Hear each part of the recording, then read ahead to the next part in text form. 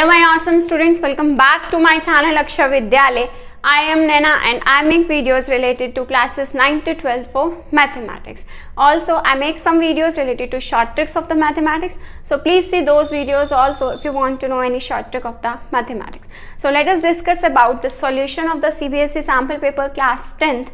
Class 10th के sample paper CBSE ने अपनी वेबसाइट पर लास्ट वीक में अपलोड किए थे. So here is the solution for those. So let us start with the basic and next video में हम बात करेंगे स्टैंडर्ड के सॉल्यूशन की. राइट. सो सबसे पहला क्वेश्चन हमारे पास क्या है. If two positive integers p and q can be expressed as p is equal to this and q is equal to this, and the most important line जो आपको ध्यान में रखनी है वो क्या है, a and b being prime numbers. a और b जो है उन्होंने हमें प्राइम नंबर्स दिए हैं. यहाँ पर आपके पहले दो क्वेश्चंस ऐसे हैं सैम्पल पेपर के जहाँ पर जो है आपकी कॉन्सेप्ट पावर जो है वो चेक की गई है. राइट. आपकी कॉन्सेप्ट कितनी क्लैरिटी है. तो क्या बोला है उन्होंने, a and b being the prime numbers then we have to find out the LCM of both the numbers. अब आपकी एनसीईआरटी बुक में एक ऐसा ही एक क्वेश्चन है जिसमें उन्होंने आपको यहाँ पर P और Q की कुछ न्यूमेरिक वैल्यू दी हुई है एंड HCF दिया हुआ है और वहाँ से हमें उसका क्या निकालना था, LCM. तो कैसे निकाला था, हमने को पता है कि HCF इंटू LCM किसके बराबर होता है, दोनों नंबर्स के प्रोडक्ट के बराबर. राइट. तो जो दो नंबर्स दिए हैं, जो दो इंटीजर्स दिए हुए हैं हमें, दोनों इंटीजर्स के प्रोडक्ट के बराबर क्या होता है, HCF इंटू LCM. बस सिंपली वैल्यूज पुट कीजिए, आपके पास आंसर आ गया. P की वैल्यू कितनी है, AB स्क्वायर. Q कितना दिया हुआ है हमें, A square B. Right. This is equal to HCF. अब बारी आती है HCF कहाँ से निकलेगा. जो इन्होंने ये टर्म दी है that A and B being prime numbers, तो आपको ये चीज़ पता होनी चाहिए कि प्राइम नंबर्स का जो HCF होता है वो हमेशा कितना होता है, 1 होता है इंटू LCM. कैसे 1 होता है प्राइम नंबर्स का. सपोज मेरे पास कोई भी दो प्राइम नंबर्स हैं 3 एंड 5. अगर इसका मैं आपको कहूँ HCF निकालना है तो इसका HCF कैसे निकालोगे. इसका HCF आपको पता है, इसका HCF कितना आएगा मेरे पास, इसका HCF आएगा 1. तो HCF जो होता है दो प्राइम नंबर्स का वो हमेशा क्या होता है, 1 होता है. और ये चीज़ आपकी एनसीईआरटी बुक में फर्स्ट चैप्टर में मेंशन्ड भी है that HCF of any two prime numbers is always equal to 1. So बस क्वेश्चन खत्म हमारा. हमें LCM निकालना है. पावर्स इकट्ठी करके ऐड कर देंगे. इसकी पावर 1 है, इसकी पावर 2 है, 1 प्लस 2. ऐसे ही B की power 2 plus 1. This is equal to LCM. यहाँ से क्या आ गया, A क्यूब, और ये भी कितना बन गया मेरा, B क्यूब. सिंपल सा क्वेश्चन, 1 मार्क क्वेश्चन. बहुत ही आसान क्वेश्चन है. सिर्फ आपका कॉन्सेप्ट चेक किया हुआ है कि क्या आपको पता है यहाँ पर कि HCF जो है वो प्राइम नंबर्स का क्या होता है. So this is going to be my answer. और आंसर नंबर कौन सा ऑप्शन है ये हमारा, A cube into B cube means our D option is correct. Right. Now moving to question number 2. Again 1 mark question. What is the greatest possible speed? Greatest possible speed. Remember this sentence. ठीक है, इस sentence को, इस word को ध्यान से पढ़ना है. जब भी ग्रेटेस्ट की बात आती है तो वहाँ पर यानी कि वो किसकी बात कर रहा है, HCF की. राइट. अगर लोएस्ट की बात होती है तो यानी कि हमें क्या निकालना होता है, उसका LCM. राइट. क्योंकि इसका मतलब ये होता है highest common factor. Right. And LCM is what, LCM is lowest common multiple. तो हाईएस्ट या ग्रेटेस्ट की जब भी बात होगी तो हमें क्या निकालना होगा, उसका HCF. And the possible speed at which a man can walk 52 kilometer and 91 kilometer exact in the same hours. Exact same hours में 52 किलोमीटर और 91 किलोमीटर जो है वो चल सकता है. राइट. मैक्सिमम स्पीड बतानी है हमें. तो हम क्या लिखेंगे पेपर में, सोल्यूशन नंबर 2.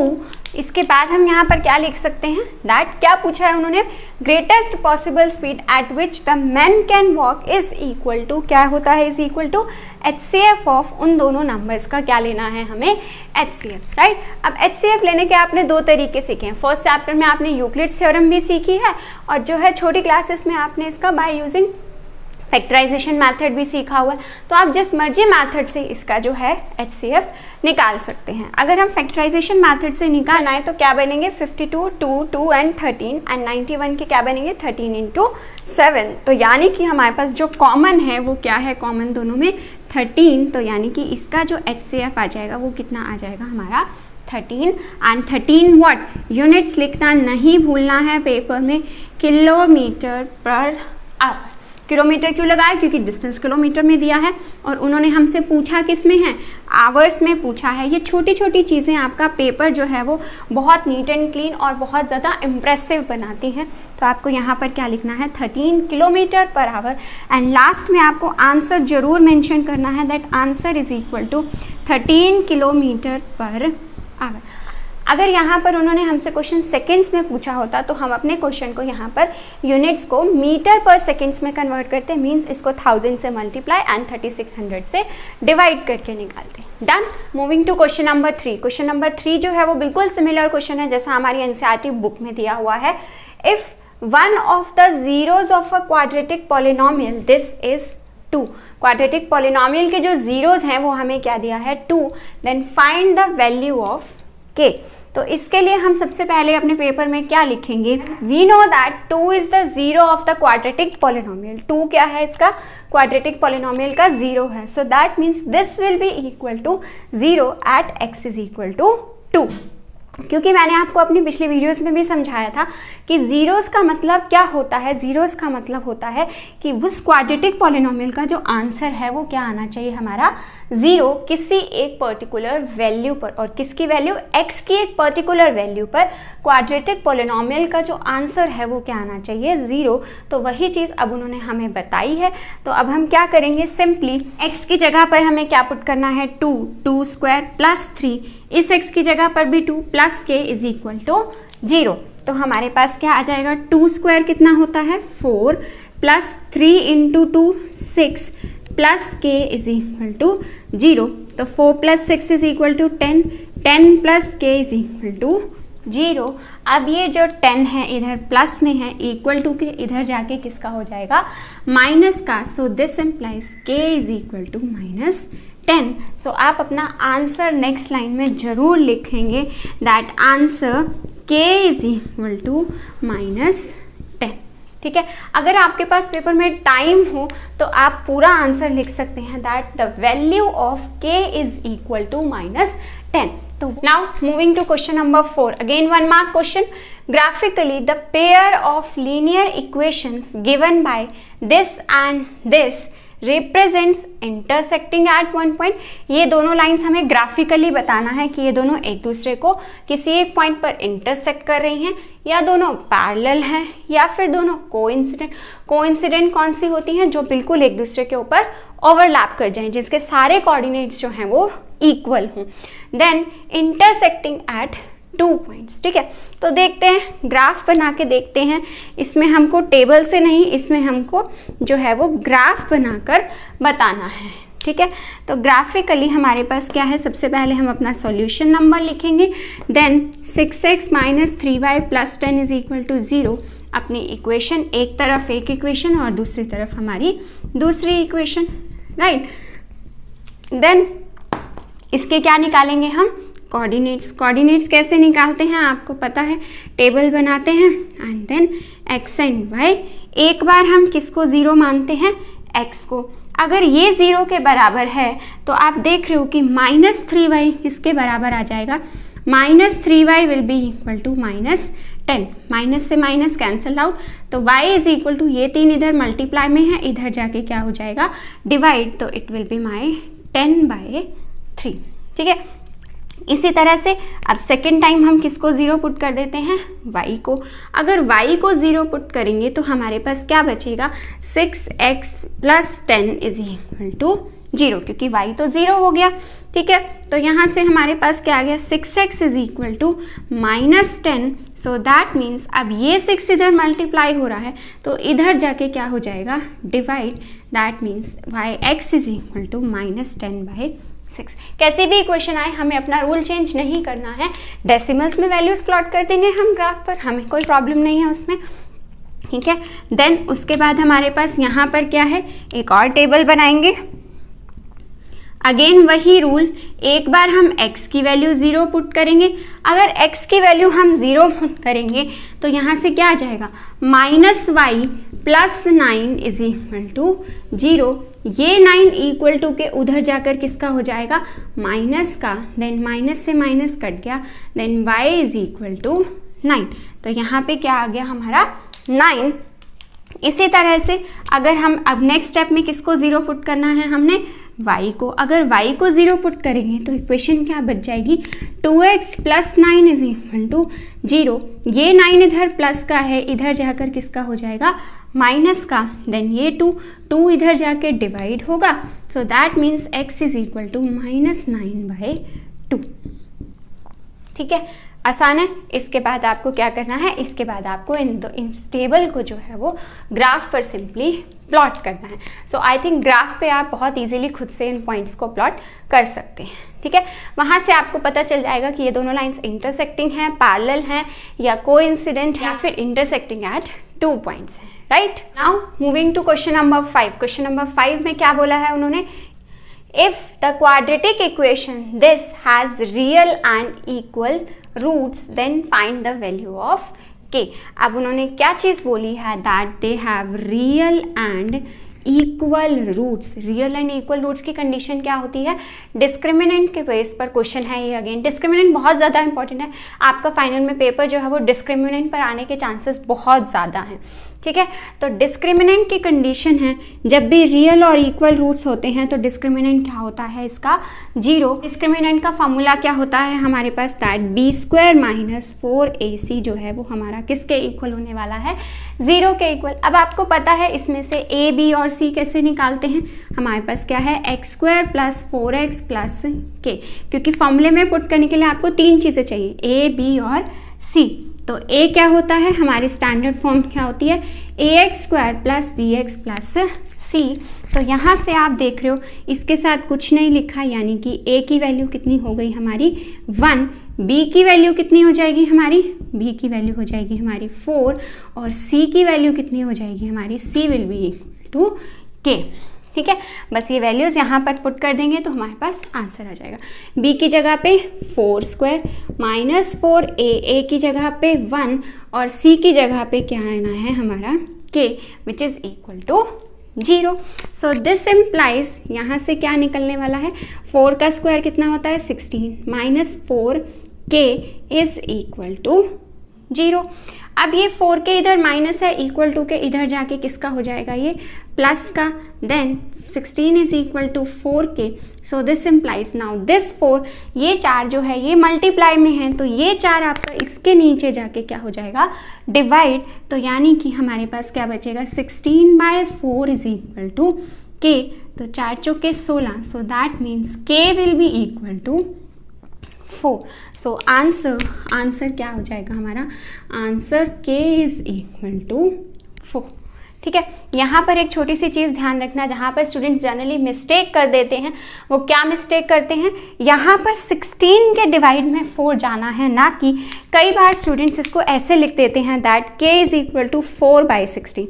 ये गलत है, क्योंकि 4 मल्टीप्लाई में है तो 4 नीचे जाकर डिवाइड होगा, ना कि 4 ऊपर चला जाएगा, ना कि 16 डिवाइड होगा।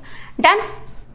Now moving to next question, question number 5। क्या है इसमें, the parameter of the triangle whose vertices are, vertices दी है 0, 4, 0, 0, 3, 0 इज 5 यूनिट्स। ये चीज़ ध्यान रखता पेपर में हमेशा। देखो उन्होंने यहाँ पे हमें यूनिट्स लिख कर दे दिया है वर्ड, अगर सेंटीमीटर मीटर नहीं दिया तो भी उन्होंने यूनिट्स लिख कर दिया है। तो आपको भी पेपर में, क्योंकि मैथ्स में बिना यूनिट्स के न्यूमेरिक वैल्यू की कोई मीनिंग नहीं है, तो इसलिए आपको हमेशा साथ में उसकी यूनिट्स जरूर लिखनी है। तो 4 ऑप्शंस दिए, 4 ऑप्शंस में से उन्होंने पूछा है कि इसका पैरामीटर क्या होगा।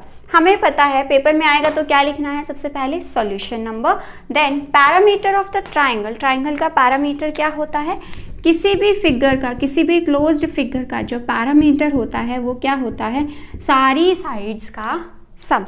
ठीक है, तो सपोज हमारे पास, अब ये हमारे पास एक ट्राइंगल है, suppose this is the triangle A, B और C। तो इसका पैरामीटर क्या होगा, इसकी सारी साइड्स का सम, कोई भी क्लोज्ड फिगर हो, स्क्वायर होगा तो चारों साइड्स का सम, ठीक है, पेंटागन होगा तो पांचों साइड्स का सम, सारी साइड्स का जो सम होता है वो क्या कहलाता है, हमारा पेरीमीटर।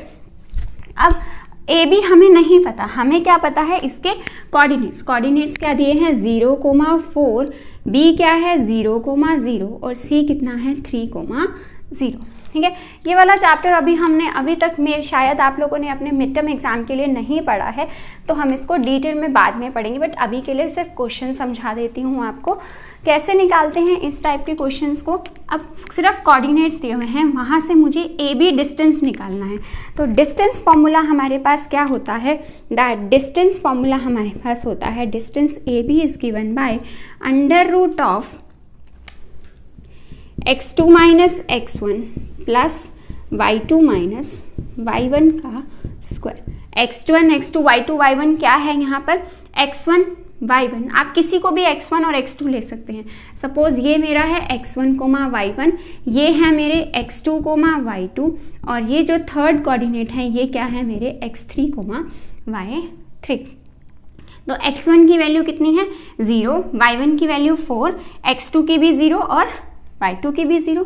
बस पुट कर दीजिए अपनी इस इक्वेशन में, आपके पास आ जाएगा ए बी क्या आएगा यहाँ से आपके पास, दैट x2 कितना है मेरे पास 0 माइनस x1 कितना है, x1 भी 0, खत्म, प्लस y2 कितना है मेरे पास 0 माइनस y1 कितना है मेरे पास 4। सो दैट मीन्स ये पार्ट खत्म हमारा सिंपल, ये कितना आएगा 4 4 16, और 16 का अंडर रूट कितना होता है हमारे पास 4, ठीक है। तो ए बी निकल गया 4 क्या 4 यूनिट्स, ठीक है। इसी तरह से जब हम BC निकालेंगे तो BC के लिए हमारे पास क्या फॉर्मूला लग जाएगा, BC will be equal to √of x2 minus x1 square. अब क्या है BC, ये वाले हैं दोनों हमारे पास, तो अब ये 3 माइनस 0, ठीक है। अब x1 y2 ये सब हमारे बदल जाएंगे, ये x1 हो गया, ये x2 हो गया, नाउ ये y1 और ये y2। तो फॉर्मूला क्या है y2 माइनस y1, y2 कितना है 0 और y1 भी कितना है मेरा 0, 0 माइनस 0 स्क्वायर। देन अगेन क्योंकि ये 0 0 है तो ये पार्ट सिंपल खत्म हो गया, इसका अंडर रूट सॉल्व होगा 3 माइनस 0 3, और 3 का जब हम स्क्वायर करेंगे तो वो कितना आएगा 9, देन 9 का अंडर रूट निकालेंगे तो वो कितना आएगा मेरे पास 3 यूनिट्स, ठीक है। सिंपल है, उन्होंने क्वेश्चन थोड़ा सा लेंथी दिया है बट कैलकुलेशंस इतनी सिंपल दी हैं कि आपका 1 मार्क क्वेश्चन में ये इजीली कवर अप हो सकती हैं, ठीक है। देन उसके बाद हमारे पास CA, अब जब CA निकालेंगे तो इन दोनों के कोऑर्डिनेट्स माइनस करेंगे, यानी कि 3 माइनस 0 होल स्क्वायर प्लस इसके और कोऑर्डिनेट्स क्या हैं 0 और माइनस 4, 0 माइनस 4 स्क्वायर, ठीक है। अब इसको हम कैसे सॉल्व करेंगे, 3 में 3 माइनस 0 विल बी 3, तो 3 का जो स्क्वायर होगा वो कितना होगा हमारा 9।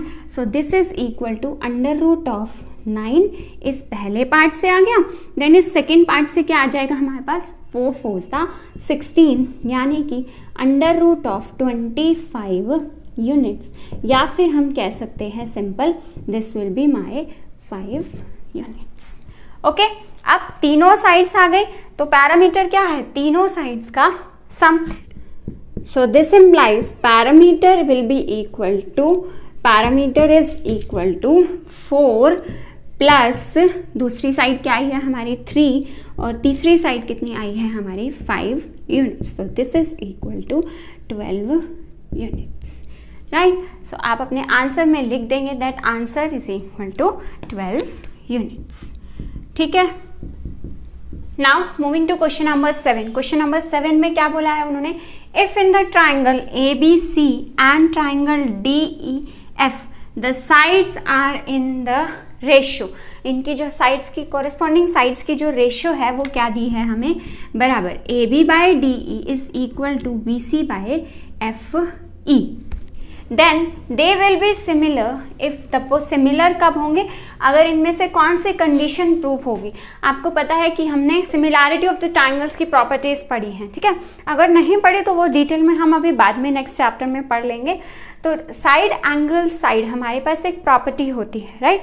साइड एंगल साइड में हमारे पास क्या होता है कि कोई भी दो कॉरेस्पॉन्डिंग साइड्स बराबर हैं एंड देन उनके जो बीच का एंगल है वो अगर हमारा बराबर है जो दोनों साइड्स के बीच में बन रहा है, ठीक है, तो वो हमारे ट्राइंगल्स क्या होंगे, तब क्या होंगे हमारे ट्राइंगल्स, सिमिलर होंगे। साइड एंगल साइड, प्रॉपर्टी का नाम क्या है, साइड एंगल साइड, यानी कि दोनों साइड्स के बीच का जो एंगल है अगर वो दोनों बराबर हैं तब हमारा जो ट्राइंगल्स होंगे दोनों वो कैसे होंगे, सिमिलर होंगे।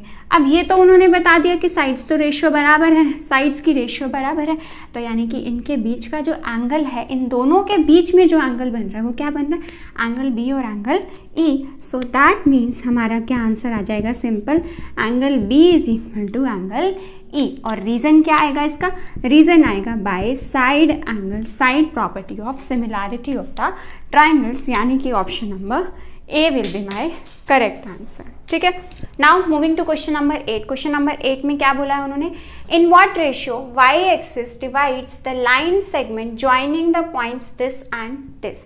इन दोनों पॉइंट्स को ज्वाइन करने वाली जो लाइन सेगमेंट है वो वाई एक्सिस जो है वो उस लाइन सेगमेंट को किस रेशियो में डिवाइड कर, राइट। सपोज ये मेरी एक लाइन है जिसके कोऑर्डिनेट्स क्या है 5, -6 और दूसरा कोऑर्डिनेट क्या है -1, -4। तो हमें क्या बताना है कि जो वाई एक्सिस है, ये जो वाई एक्सिस है मेरी, वाई एक्सिस पर कोई भी कोऑर्डिनेट होता है वो क्या होता है 0, y। एक्स कोऑर्डिनेट की वैल्यू क्या होती है 0। बस उसी कॉन्सेप्ट को हम यूज करके अपनी रेशियो निकालेंगे। सो लेट अस सपोज जो हमारी रेशियो है वो रेशियो कितनी है हमारी k:1। Let y axis divides the line segment in the ratio k:1।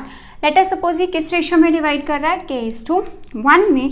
Then next line में आप क्या लिखेंगे, then by using section formula, ये हमारा नेक्स्ट चैप्टर का पार्ट है, this is using section formula. Section formula हमारे पास क्या होता है, कोऑर्डिनेट्स निकालने का, x, y। x, y क्या है, जो पॉइंट इस लाइन सेगमेंट को डिवाइड करेगा उसकी वैल्यू क्या होगी, x की वैल्यू कैसे निकल सकती है, इन दोनों पॉइंट्स को यूज करके और रेशियो को यूज करके हम इस पॉइंट की वैल्यू निकाल सकते हैं।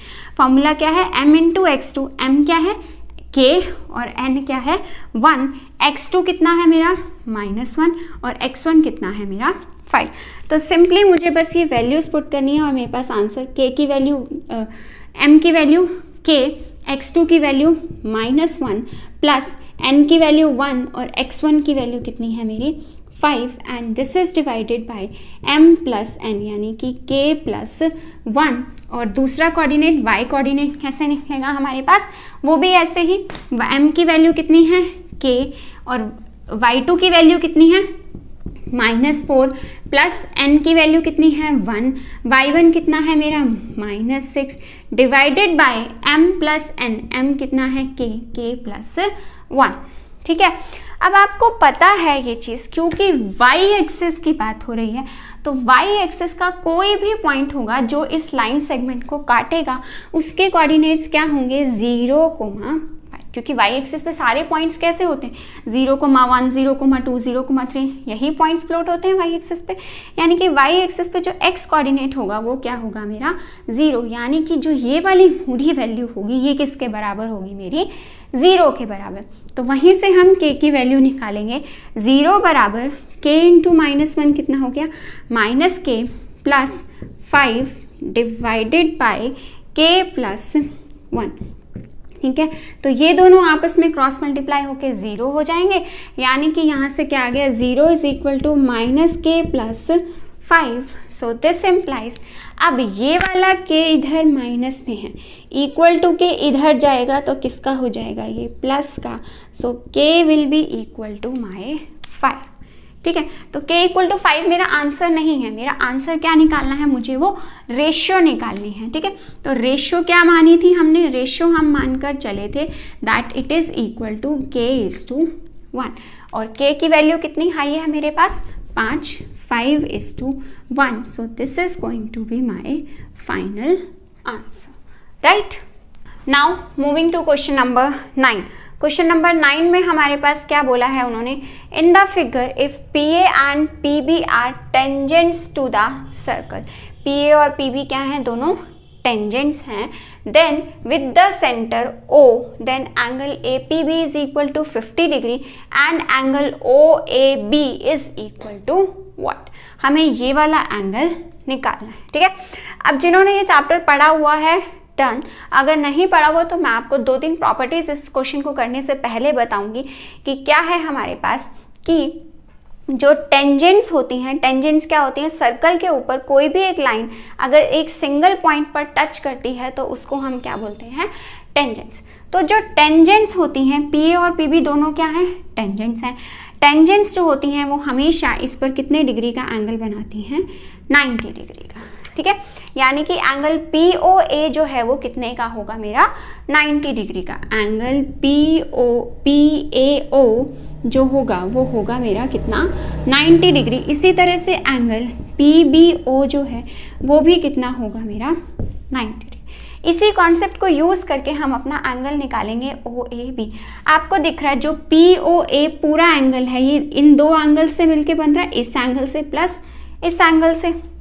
कौन से, एक ये वाला और एक ये वाला. ठीक है, ये वाला तो मुझे निकालना है. अगर ये वाला पता चल जाए तो दैट मीन्स हम 90 में से माइनस करके अपना ये वाला एंगल निकाल सकते हैं. तो हमारा मेन जो मोटिव है वो क्या है, हमें पहले कौन सा एंगल पता करना है, एंगल PAB. राइट, अब एंगल PAB कैसे पता लगा सकते हैं हम, आपको दिख रहा है पेपर में आप क्या लिखेंगे, दैट इन ट्राइंगल PAB, जो ये वाला ट्राइंगल बन रहा है मेरा PAB, इस ट्राइंगल में जो टेंजेंट्स होती हैं वो सेकंड प्रॉपर्टी क्या है, फर्स्ट प्रॉपर्टी टेंजेंट्स जो है वो सर्कल पे 90 डिग्री का एंगल बनाती हैं. सेकंड प्रॉपर्टी, अगर टेंजेंट सेम पॉइंट से ड्रॉ की गई हो तो वो दोनों टेंजेंट्स आपस में क्या होती हैं, हमारी इक्वल होती हैं. तो इन ट्राइंगल PAB हमारे पास क्या है, that PA is equal to PB, क्योंकि टेंजेंट्स जो है वो कॉमन पॉइंट से ड्रॉ की गई. अगर PA PB के बराबर है तो इनके अपोजिट एंगल्स जो होंगे वो भी क्या होंगे, मेरे बराबर होंगे. So that means angle PAB is equal to angle PBA. PAB is equal to PBA. PA के सामने वाला एंगल PBA और PB के सामने वाला एंगल PAB. ये दोनों एंगल्स भी क्या होंगे, बराबर. ब्रैकेट में आप रीजन लिखेंगे पेपर में, that angles opposite to the equal sides are equal. ठीक है, उसके बाद अब अगर ये वाले दोनों एंगल्स हमारे इक्वल हो गए, देन हम क्या करेंगे, using angle sum property of the triangle. Angle sum property क्या होती है ट्राइंगल्स की, that sum of all the 3 angles is equal to 180 degree.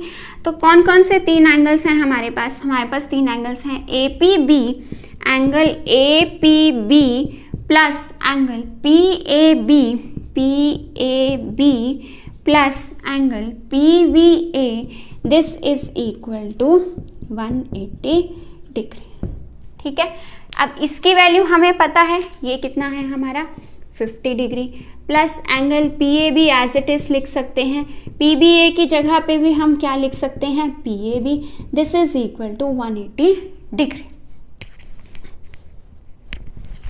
Right, अब ये वाली दोनों वैल्यूज मेरी बराबर हैं, तो ये 50 जो है वो इधर जाके हमारा इसमें से माइनस हो जाएगा, यानी कि, और ये वाली दोनों वैल्यूज मेरी प्लस हो जाएंगी, यानी कि 2 times of angle PAB will be equal to 130 degree. अब जो ये 2 है, ये 2 इधर मल्टीप्लाई हो रहा है, इधर जाके क्या हो जाएगा, divide. So that means angle PAB will be equal to 130/2 which is equal to 65 degree. ठीक है, आपकी स्पीड पेपर में बहुत ज़्यादा मैटर करती है. आप देख रहे हो एक एक नंबर के क्वेश्चंस भी कितने कितने लेंथी हैं. राइट, सो नाउ उसके बाद हम क्या लिखेंगे, now since PA is tangent to the circle, अगर PA जो है वो टेंजेंट है सर्कल पर, so that means PA will be perpendicular to the circle, यानी कि PA इज परपेंडिकुलर टू, किस पॉइंट पर परपेंडिकुलर है, OA पर. Right, so that means angle PAO is equal to what, this is equal to my 90 degree. ठीक है, इसे note down कर लीजिए फटाफट से नेक्स्ट पार्ट करते हैं. एंगल PAO को मैंने आपको बताया हम दो पार्ट्स में तोड़ सकते हैं, PAB, angle PAB plus angle OAB, ठीक है। ये हमारे पास किसके बराबर आ जाएगा, 90 डिग्री के। अब PAB कितना निकाला है हमने, PAB निकाला है 65 degree plus angle OAB, this is equal to my 90 degree. So that means ये 65 इधर जाके क्या हो जाएगा, minus, so that means angle OAB is equal to 90 minus 65 which will be equal to 25 degree. So this is going to be my answer. Done. Now moving to question number 10. Question number 10 कौन से chapter से है हमारा, trigonometry chapter से। Trigonometry chapter के videos भी आप मेरे चैनल पर पहले से देख सकते हैं, राइट। सो अब हमारे पास क्या दिया हुआ है, if sine A is equal to 1/2 then what is the value of secant A. तो मैंने आपको बताया था कि हमारे पास जो 6 ट्रिगोनोमेट्रिक रेशियोज होती हैं, अगर आपको वो याद है और पाइथागोरस थ्योरम का फॉर्मूला याद है तो ये क्वेश्चंस निकालने बहुत ज़्यादा आसान होते हैं। तो क्या है, sine P H and B, ठीक है। अब आपको क्या दिया हुआ है, देखो कितना सिंपल क्वेश्चन है। Sine A is equal to 1/2। Sine की वैल्यू आपको पता है क्या होती है, परपेंडिकुलर बाय हाइपोटेन्यूज। परपेंडिकुलर दिया हुआ है 1 और हाइपोटेन्यूज कितना दिया हुआ है मेरे पास, 2, ठीक है। कॉरेस्पॉन्डिंग कंपेयर कर लिया हमने।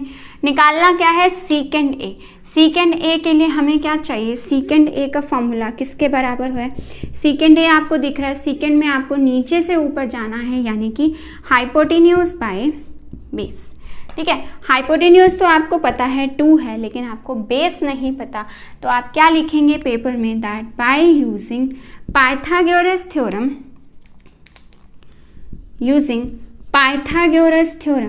पाइथागोरस थ्योरम हमारे पास क्या कहती है, दैट फॉर्मूला क्या है पाइथागोरस थ्योरम का, perpendicular square plus base square is equal to hypotenuse square. Perpendicular कितना है, 1 स्क्वायर प्लस बेस हमें नहीं पता, इक्वल टू हाइपोटेन्यूज कितना है मेरा, 2 square. So that means it is equal to 1 plus base square is equal to 4। तो यहाँ से क्या आ गया, 1 इधर जाके माइनस हो जाएगा, तो base square will be equal to 3। So that this implies that base is equal to √3, ठीक है। बस यहाँ पर आप बेस की जगह पे वैल्यू पुट कर दीजिए, base is equal to √3। So this is going to be your answer. तो इस तरह से आप पाइथागोरस थ्योरम यूज करके 6 की 6 ट्रिगोनोमेट्रिक रेशियोज की वैल्यू निकाल सकते हैं। Done. Let's meet in the next video in which we are going to solve next questions of the CBSE sample paper. And if you find this video useful for you, then please do like and share my video, and please do subscribe my channel so that you can get more updates of such kind of videos. Till then, take care and bye bye.